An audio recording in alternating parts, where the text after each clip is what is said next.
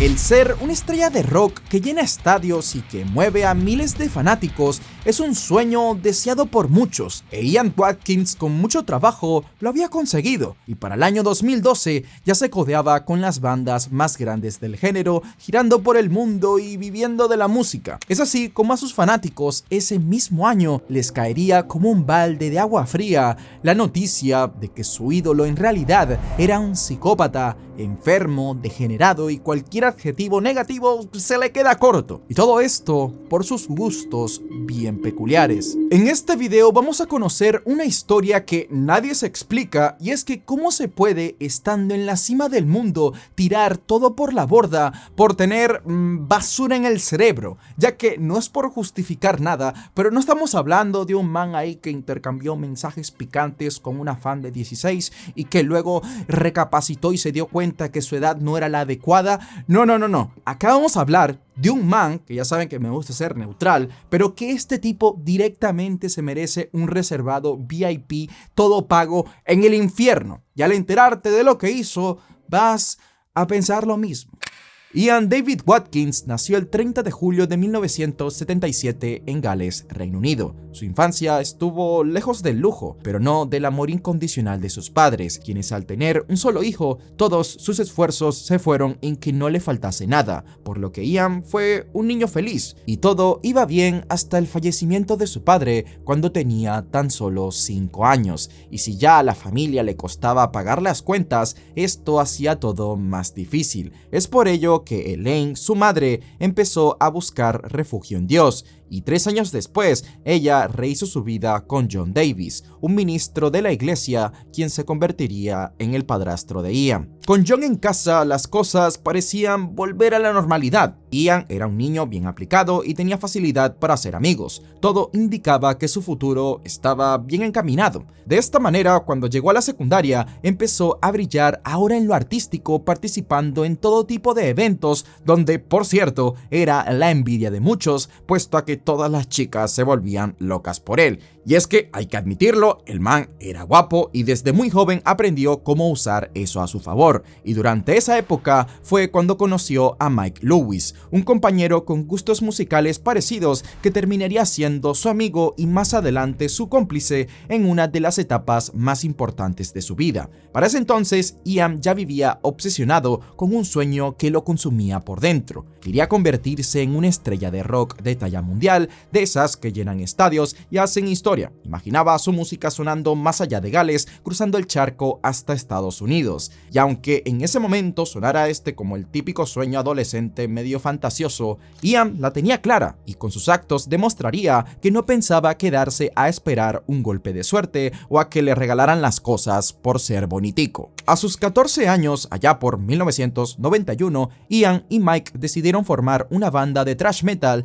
llamada Aftermath, la cual ensayaba en un cobertizo que el padrastro de Ian les había acondicionado con instrumentos y equipo de sonido. Pero el problema sería que, a diferencia de Ian, los demás chavos no estaban tan comprometidos con el proyecto. Así que todo se fue a la miércoles. Pero después de un tiempo, igualmente junto a Mike, se fundó Fleshbind, una banda de hardcore punk, donde igualmente Ian era quien se encargaba de la batería, aunque él quería ser una estrella. Es así como todo de nuevo se fue a la ñonga cuando el vocalista decidió irse, y aún así no dejaron a Ian ser la voz principal de la banda. De esta manera, en 1995 nació Public Disturbance, otro grupo más de hardcore punk, el cual tenía el mismo problema, que es el problema de este género, que no es para nada comercial. Así que por más que el grupo pudo ganar cierta fama local, esos sueños de ser una estrella de rock que llena estadios, con ese grupo estaba rudo.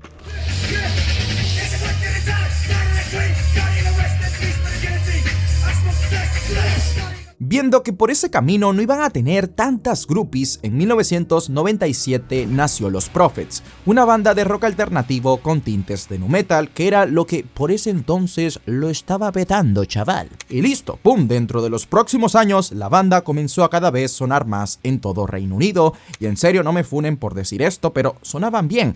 Ian tenía talento para esto, pero lamentablemente todo sería desperdiciado de la forma más estúpida y asquerosa posible.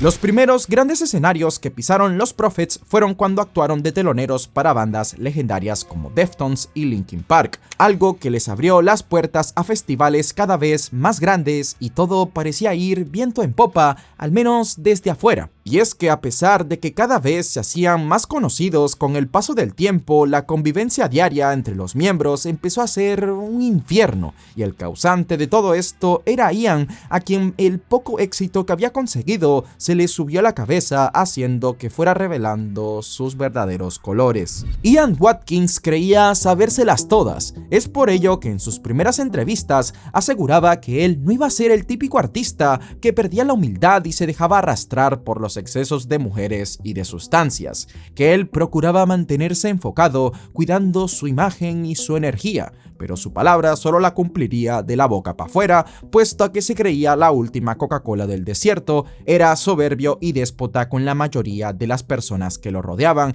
y solo se comportaba de manera seductora y persuasiva con aquellas de las que buscaba sacar provecho. Solía hablar mal de otras personas a sus espaldas, soltando comentarios pasivo-agresivos o humillándolos y burlándose de ellos, pero detrás de esta aparente valentía no habían más que palabras, porque en más de una ocasión le partieron la madre. Como por ejemplo en una ocasión en 2003 en la que un grupo de jóvenes asistió a un concierto de los Prophets en un local pequeño, y después del show los integrantes de la banda se quedaron ahí conversando con el público de chill, y en ese momento una de las pimpollas del grupo llamó la atención de Ian Watkins, quien se acercó a coquetearle y la invitó a pasar un ratito en el backstage. Ella, halagada, le explicó que estaba allí con su novio y le preguntó si él también podía acompañarla, a lo que Ian le respondió con tono directo y serio que no, que él buscaba detonársela a ella, no a él. La joven, sorprendida, le dijo que solo tenía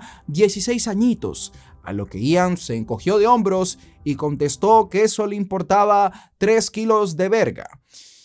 Basado, mi compadre. Ante esta respuesta, el novio intervino de inmediato diciéndole que ella no estaba interesada y que mejor se alejara, y a pesar de ser menor que Ian le sacaba varios centímetros de estatura y robustez, aún así el cantante, en sus delirios de grandeza, lanzó un provocador: ¿y qué vas a hacer al respecto? Ante eso, el joven le dio un guamazo en la cara que le sacudió las ideas, y como respuesta, Ian no hizo más que llamar a seguridad para que interviniera y sacara al grupo de adolescentes, que se llevaron una gran decepción al darse cuenta de primera mano que su ídolo era un degenerado sin escrúpulos. Y según se sabe, esta fue una de las muchas ocasiones en las que Ian obró de este modo, ya que en diversos foros se comentan más experiencias similares en las que trató de seducir a las fanáticas para llevárselas al backstage. Debido a estas actitudes pervertidas, la banda nunca encaró a Ian, pues ahora estaban viviendo el sueño de ser estrellas de rock,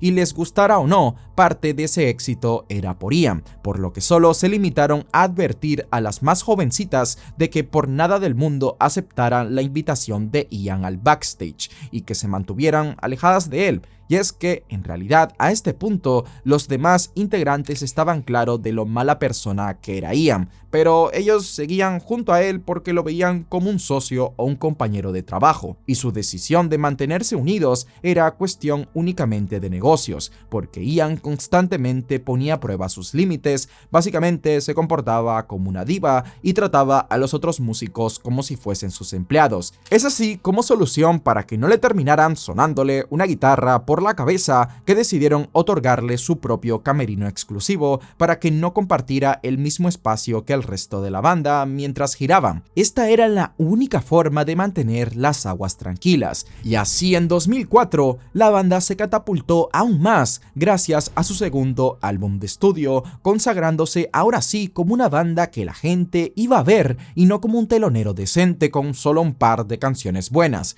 Pero lejos de tomar este logro como un motivador para lo bueno, Ian comenzó a desviarse cada vez más del proyecto, rompiendo ese juramento que alguna vez se hizo a sí mismo camino de mantenerse alejado del vicio, por lo que comenzó a probar sustancias, pero de las duras, como meta y coca, llegando a un punto en el que ya no podía subirse al escenario sin estar colocado. Y por supuesto, todo esto lo hacía a escondida de sus compañeros, quienes no comenzaron a sospechar de su consumo hasta mucho más adelante, cuando las señales se volvieron imposibles de ignorar. Su aspecto físico hablaba por sí solo, con ojeras profundas, piel amarillenta, dentadura desgastada, pero lo más alarmante era su comportamiento. Parecía un cascarón vacío, incapaz de articular una oración completa, completamente absorto en su propio mundo, sin escuchar cuando alguien le hablaba y con una mirada perdida en el vacío. Apenas los demás integrantes se percataron del deterioro evidente en la salud física y mental de su vocalista, lo confrontaron para que buscase ayuda profesional y se rehabilitara, porque si seguía por ese camino podría terminar sucumbiendo por una sobredosis fatal, pues en un par de ocasiones este se había subido al escenario jodidísimo, apenas pudiendo pronunciar la letra de sus canciones, y a pesar de que Ian accedió a tomar ayuda profesional y en un principio se le veía sano, queriendo asistir al gimnasio, siempre recaía de nuevo en el vicio, dándose a la fuga con sus amantes, quienes también eran adictas, y durante gran parte del año no había nadie quien le pusiera un freno, ya que cuando la banda empezó a tomar relevancia comercial, todos los miembros se mudaron a Los Ángeles, California, salvo el propio Ian, quien prefirió quedarse viviendo en Gales, donde tenía más libertad para hacer lo que le diera la gana, habiendo periodos de hasta 9 meses en los que nadie sabía de qué era de su vida, y cada vez que volvía, su estado cada vez estaba más deteriorado. Ian había desarrollado tal adicción que para pagar sus deudas incluso llegó al extremo de vender su cuerpo, acostándose con todo tipo de persona de ambos géneros que se le pusiera enfrente. So guys, how have you enjoyed your day? Fantastic. Is it all you expected and more? Way beyond my wildest dreams. What was the highlight? Kids and women, old ladies kissing. Well, there you go. I'm glad you enjoyed it. Thank you. A pesar de que trabajar con Ian se había convertido en una experiencia miserable, la banda no tenía otra alternativa. Hasta el momento no habían encontrado a otro cantante y dejar la música no era una opción, ya que esto era lo único que habían hecho en toda su vida y no contaban con otra profesión que los respaldara por si todo se venía abajo. Sin embargo, la adicción de Ian llevó a la banda al límite cuando durante el Vans Rap Tour en 2012 desapareció momentos antes de que iniciara la presentación, por lo que para no dejar decepcionados a cientos de miles de fanáticos que adquirieron sus entradas solo para verlo a él, el show continuó con Jamie Oliver, el tecladista, como voz principal, y aunque el show salió bien, después de el bajista Stuart Richardson, lleno de ira porque los dejó tirados, buscó a Ian en el autobús de la banda para confrontarlo. Igual se encontraba con una actitud arrogante, y al ver que no se arrepentía de lo que hizo y que no tenía una razón para haberlos dejado tirados, Stuart perdió el control y comenzó a golpearlo en la cara. Él no recuerda cuánto tiempo duró, aunque se estima que fueron 5 minutos continuos, los cuales terminaron cuando Stuart le estampó una lata de Monster en la cabeza antes de que pudiese salir del autobús a vomitar, abrumado por la situación. Durante las siguientes semanas, Ian apareció con los ojos amoratados y un corte en el rostro, mientras que a Stuart se le hacía difícil mirarlo a la cara, puesto que aún estaba lidiando con la culpa de lo ocurrido, pues al final se sintió apenado por explotar así, aunque poco después empezarían a correr los rumores de lo enfermo que era Ian, tanto así que a muchos les hubiese encantado que Stuart le hubiese hecho aún más daño. Y es que para entender cómo sus gustos retorcidos salieron a la luz, tengo que presentarte a Joan Michelix, no sé cómo se pronuncia, una de las tantas exparejas y amantes que se dedicaba a la profesión más antigua del mundo, con la que Ian no solo compartía la cama, sino que también sustancias y muchos secretos. Joan se había convertido en fan de la banda por eso del año 2006 e interactuó por primera vez con Ian después de dejar un mensaje a través de la página web de los Prophets. Él le respondió por interno y le proporcionó sus redes sociales privadas hasta que comenzaron a conversar con mayor regularidad. Según Joan, Ian le reveló que durante su infancia fue abusado por su padrastro y ofrecido a 2 hombres que que conocía. Aunque esto no estaba del todo claro y nunca lo ha estado, porque Ian no era conocido por ser la persona más honesta, incluso con personas cercanas a él, y hasta algunos aseguran que él se inventó esa historia para justificar sus actos. A medida que su intimidad comenzó a aumentar, el cantante empezó a compartir sus fantasías, y así poco a poco empezó a manifestar que le gustaban las personas menores que él, pero muy menores. Según Joan, esto en un principio no la alejó, pues ella estaba muy enamorada de Ian. Conforme pasaba el tiempo, Ian le fue contando a Joan cómo llegó a estar con fans de 14 años, a quienes las puso hasta arriba de sustancias para aprovecharse de ellas, y por lo depravado que era este loco, por supuesto que no dejaría las cosas ahí, ya que empezaría a pagarle a madres adictas para tener ratos a solas con sus hijos. Y aquí estamos hablando de víctimas de 5 a 3 años, incluso se habla de que estuvo con un bebé de solo 11 meses, y el muy enfermo llegó a grabar muchos de sus crímenes y se los llegó a enseñar a Joan con mucho orgullo, y hasta llegó a decirle que quería tener un bebé con ella para así hacer lo que le diera la gana con él o ella. Sí, así está el nivel, pero tranquilo, tranquila, que más adelante vas a ver que a este loco le dieron su merecido. Lo dejo ahí.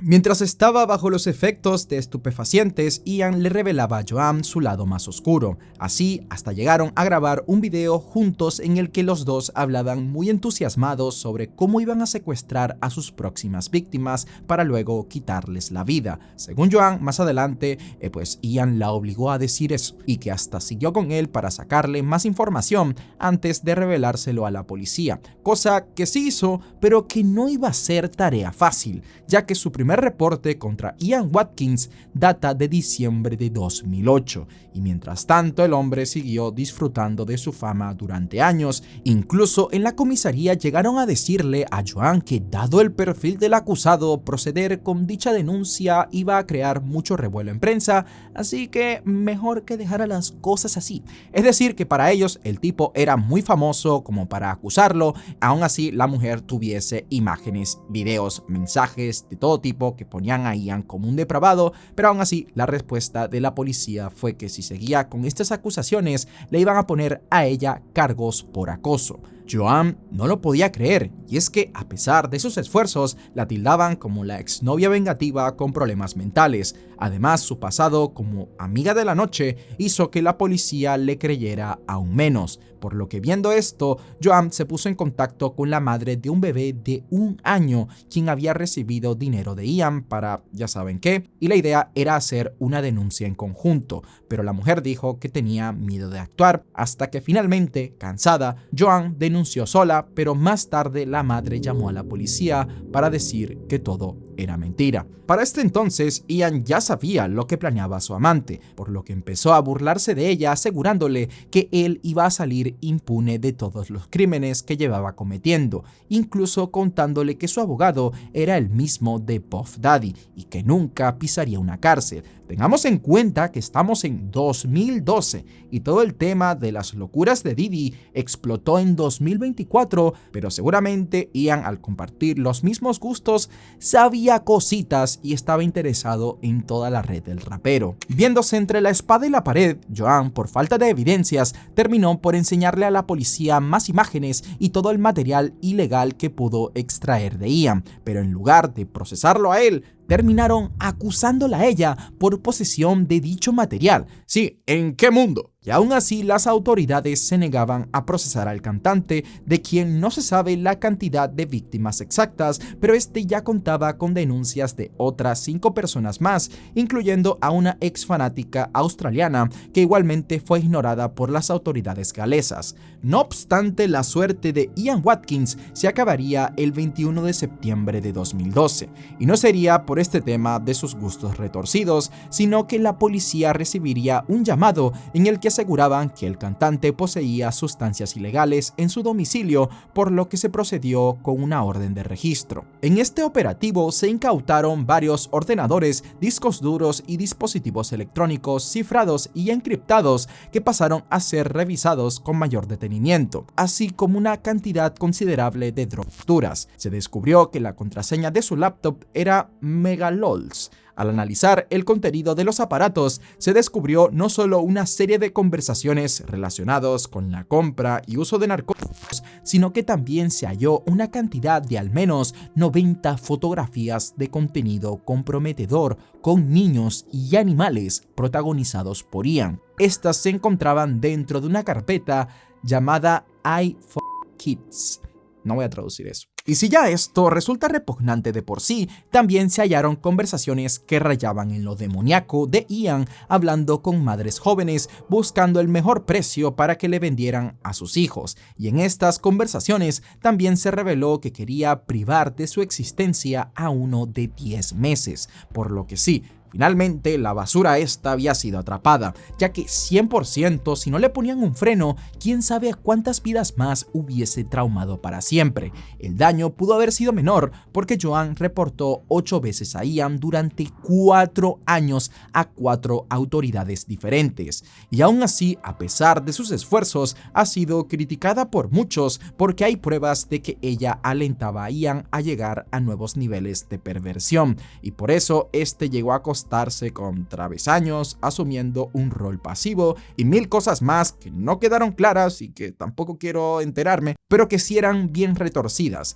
Entonces, según muchos, ella fue tan insistente con acusar al cantante para que no le salpicara a ella toda la evidencia que a su vez la incriminaba a ella también. Que por cierto, en estos videos que se le encontraron a Ian, Joan también salía en alguno que otro. Sin embargo, la mujer se ha defendido explicando que ella hacía todas esas cosas solo porque estaba nublada por su adicción a las sustancias y porque quería ser amada por Ian, y que todo se trataba de un papel que ella interpretaba. Lo inquietante es que Joan se ha encargado de tumbar todo tipo de videos de personas que destacan que ella no es tan heroína como quiera hacer ver. Además, se ha dedicado a bloquear los comentarios de sus redes, pero como este no es su canal, comenta aquí abajo lo que te dé la pinche gana sobre el tema. En noviembre de 2012, Ian Watkins admitió toda culpabilidad ante los cargos que enfrentaba y semanas después, por sus crímenes sexuales y de posesión de sustancias, recibiría 35 años de prisión, siendo elegible para libertad condicional en 2041. El juez no se guardó nada y lo calificó de ser un depredador sin posibilidad a redención. Y no es para menos. En su defensa, Ian hablaba del abuso como si se tratara de lo más normal del mundo. Además, él no sería el único sentenciado, ya que Katie Blackden y Michelle Preslam, dos mujeres en sus 20s y madres que habían ofrecido a sus pequeñas criaturas como ofrenda al cantante, fueron procesadas como cómplices y recibieron una pena de 14 y 16 años de prisión respectivamente. A pesar de haber sido encarcelado, lejos de reflexionar acerca de las atrocidades que cometió, Ian siguió buscando formas de hacer el mal, y se sabe que intentó aún mantener el contacto con algunas seguidoras, y para 2017 se le descubrió hablándole a una joven madre de 21 años, fan de la banda desde que tenía 16, y la chica empezó a escribirle el año pasado y con el tiempo llegó a visitarlo en la cárcel de manera frecuente, y lo que dejaba en claro que este pana no tenía remedio más que lo pusieran a dormir fue que durante una de esas visitas le hizo una pregunta totalmente inapropiada sobre su hija de 2 años, algo que le dejó claro a la madre que Ian no estaba para nada interesado en ella, sino en su criatura. A raíz de este episodio, la menor quedó bajo el cuidado de servicios sociales y la policía confiscó los dispositivos electrónicos de la madre para investigar a fondo, debido a que la propia mujer le contó esto a una amiga suya y ella se encargó de notificárselo a las autoridades para que tomaran cartas en el asunto. Como si fuera poco, una testigo que visitaba la prisión con frecuencia aseguró haber visto a Watkins recibiendo por lo menos a 3 groupies jóvenes y, según su relato, Se los veía así, tomaditos de la mano y en un caso incluso besando a una de ellas. Y cuando se llevó a cabo su juicio por el tema del teléfono móvil, salió a la luz que la policía había incautado unas 600 páginas de correspondencia entre Ian y varias mujeres que no entiendo cómo seguían interesadas en él, pues el man estaba hecho cagada, subido de peso, tenía los dientes y encías podridas y las ojeras de un muerto viviente, además del cabello gris. Aunque esto le gusta a muchas morras, ¿no? Esto último, confirme. No se volvería a saber públicamente sobre Ian hasta 2019, cuando se filtró una intervención ocurrida en marzo de 2018, cuando fue expuesto por una expareja y seguidora, Gabriela Persson, quien lo reconoció por un mensaje desde un número desconocido que hacía referencia juguetona a Umbrella de Rihanna, un apodo que solía usar con ella e inmediatamente supo que se trataba de él y fue corriendo a reportarlo. A causa de esto, Ian fue sorprendido con un teléfono móvil oculto entre las nalgas, el cual por cierto no estaba autorizado y para poder usarlo tuvo que pagar inicialmente $1,312 a un miembro de una banda criminal de Liverpool que se lo había vendido. Al ser atrapado, Ian se declaró como no culpable, mencionando haber sido obligado por otros reclusos a esconder el celular y como les tenía miedo les hizo caso, reconociendo que él era un blanco andante y que tenía que luchar por su supervivencia día tras día, pues gran parte de los depredadores de niños son castigados en la cárcel. Sin embargo, el juez no creyó en las palabras de Ian, ya que el cargador del celular estaba en su celda. Y no solo eso, se descubrió que Ian utilizaba el dispositivo para seguir conectándose con sus fanáticas para pedirle dinero. Por este motivo, a su condena se le añadieron 10 meses más y no solo eso, encima tuvo que pagarle por debajo de la mesa $6,563 al criminal que le dio el celular por haberse dejado atrapar como un imbécil usando el aparato, aunque los nombres de los otros criminales nunca fueron mencionados por Ian. Y de esta manera no volveríamos a saber de él hasta el 5 de agosto de 2023, día en el que a nuestro protagonista 3 reos lo buscaron para darle piso, para cobrarle una deuda por sustancias que tenía. La deuda por estos caramelos era de $223, pero como se trataba de Ian Watkins de los Prophets, wow, oh my god, decidieron cobrarle $1,300, algo a lo que el cantante se opuso inmediatamente, pero no había nada que pudiera hacer. Los reos se escabulleron en su celda aprovechando que ese día había menos personal de seguridad. Acto seguido lo rodearon y tomaron como rehén durante al menos unas 6 horas, tiempo en el que fue golpeado brutalmente y apuñalado con un cepillo de baño tuneado. Ian gritaba horrorizado, suplicando por ayuda, mientras que los guardias irrumpieron entre explosiones de flashbang para sacarlo de la celda donde había sido secuestrado. El cantante estaba en estado crítico y con pocas probabilidades de sobrevivir, pero lamentablemente lograron reanimarlo en el hospital. Guau, guau, guau. De pana, ese día los médicos tenían que olvidarse cómo aplicar un suero y dejarse el bisturí en casa, no sé. No obstante, el sábado 11 de octubre de 2025, la suerte no estaría del lado de Ian, pues a primera hora, cuando se abrieron las celdas para ir a desayunar, 2 hombres, Rashid Gedel de 25 años y Samuel Dodsworth de 43, se acercaron directamente a él y sin mediar mucha palabra, bueno, es difícil contar esto, no porque sienta pena, sino por la plataforma, pero voy a contarlo de la forma más profesional. Uno de los sujetos tomó al cantante y le puso los brazos detrás de la espalda, mientras que el otro, con un objeto punzocortante, lo abrió. En pocas palabras, expuso su aparato vocal hacia el exterior y así, en unos pocos segundos, Ian se desplomó en el suelo, finalmente estirando la pata. Y así, en un instante, tenías al cantante favorito de nadie yéndose al infierno. ¡Wow! ¡Qué ironías de la vida! Cuando estaba en libertad, Ian se dedicaba a hablar peste de otros artistas porque se creía aquí la última Coca-Cola del desierto, y la gente lo odió mucho por hablar mal así de gratuito sobre Chester Bennington durante esta entrevista. Yeah. Are there any bands that you thought you'd been out on the road with, even just played at a festival or something, you're saying I never want to play with that band again? Any sort of... The singer was a cock. I remember when we were opening for Linkin Park. Yeah, the singer of Linkin Park is a f***ing tool as You're not well. the first person I've heard say that. He's a The rest of the band is nice. The rest of the band are really, really cool, but that singer is a f***ing tit. Right. You know what I mean? He's just an idiot. He's an idiot. Or does he just think he's got the rock star? Yeah, no, he is, yeah, totally. He's got no... Hasta el día de hoy, millones de personas extrañan a Chester, y los pocos que se acuerdan de Ian Watkins celebran que estos dos se lo hayan enviado a San Pedro, que por cierto tampoco son unos santos, pero bueno, es lo que es. Rashad Goodell cumple una condena de cadena perpetua con un mínimo de 27 años por matar a un hombre al que confundió con un deudor de drogas, mientras que Samuel cumple una condena de 24 años por secuestro y violación múltiple. Sus nuevas sentencias todavía están en proceso. Por otro lado, ¿qué pasó con los demás miembros de Lost Prophets? Pues estos decidieron empezar un nuevo proyecto llamado No Devotion, el cual fracasó rotundamente, y algunos dicen que se lo merecen porque, a diferencia de Joan, estos sabían qué era lo que estaba haciendo Ian y no se dignaron a alzar la voz porque querían seguir viviendo de la música. Si te gustó el video, te recomiendo el caso de este atleta que igual se creía aquí una diva, pero terminó arruinando su carrera en su mejor momento a causa de un crimen muy dantesco.